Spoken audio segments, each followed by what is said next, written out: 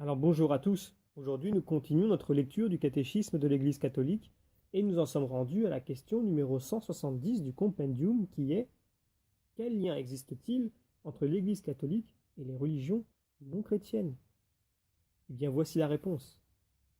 C'est un lien issu avant tout de l'origine et de la fin commune de tout le genre humain. L'Église catholique reconnaît que ce qu'il y a de bon et de vrai dans les autres religions vient de Dieu. C'est un rayon de sa vérité. Cela peut disposer à l'accueil de l'Évangile et pousser à l'unité de l'humanité dans l'Église du Christ. Alors pour étayer ces propos du compendium, prenons les paragraphes 841 à 845 du catéchisme de l'Église, qui nous disent ceci. Donc, premièrement, les relations de l'Église avec les musulmans. Le dessein de salut enveloppe également ceux qui reconnaissent le Créateur, en tout premier lieu les musulmans qui, en déclarant qu'ils gardent la foi d'Abraham, adorent avec nous le Dieu unique, miséricordieux, juge des hommes au dernier jour. Le lien de l'Église avec les religions non chrétiennes est d'abord celui de l'origine et de la fin commune du genre humain. En effet, tous les peuples forment une seule communauté. Ils ont une seule origine, puisque Dieu a fait habiter toute la race humaine sur la face de la terre.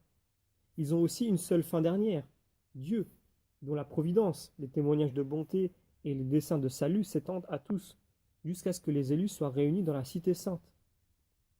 L'Église reconnaît, dans les autres religions, la recherche, encore dans les ombres et sous des images, du Dieu inconnu mais proche, puisque c'est lui qui donne à tous vie, souffle et toute chose, et puisqu'il veut que tous les hommes soient sauvés. Ainsi, l'Église considère tout ce qui peut se trouver de bon et de vrai dans les religions comme une préparation évangélique et comme un don de celui qui illumine tout homme pour que finalement il ait la vie. Mais dans leur comportement religieux, les hommes montrent aussi des limites et des erreurs qui défigurent en eux l'image de Dieu. Bien souvent, trompés par le malin, ils se sont égarés dans leur raisonnement. Ils ont échangé la vérité de Dieu contre le mensonge, en servant la créature de préférence au Créateur, ou bien vivant et mourant sans Dieu en ce monde. Ils sont exposés à l'extrême désespoir. C'est pour réunir de nouveau tous ces enfants que le péché a dispersé et égaré, que le Père a voulu convoquer toute l'humanité dans l'Église de son Fils. L'Église est le lieu où l'humanité doit retrouver son unité et son salut. Elle est le monde réconcilié, nous dit saint Augustin dans l'un de ses sermons. Elle est ce navire qui navigue bien dans ce monde au souffle du Saint-Esprit, sous la pleine voile de la croix du Seigneur, nous dit saint Ambroise.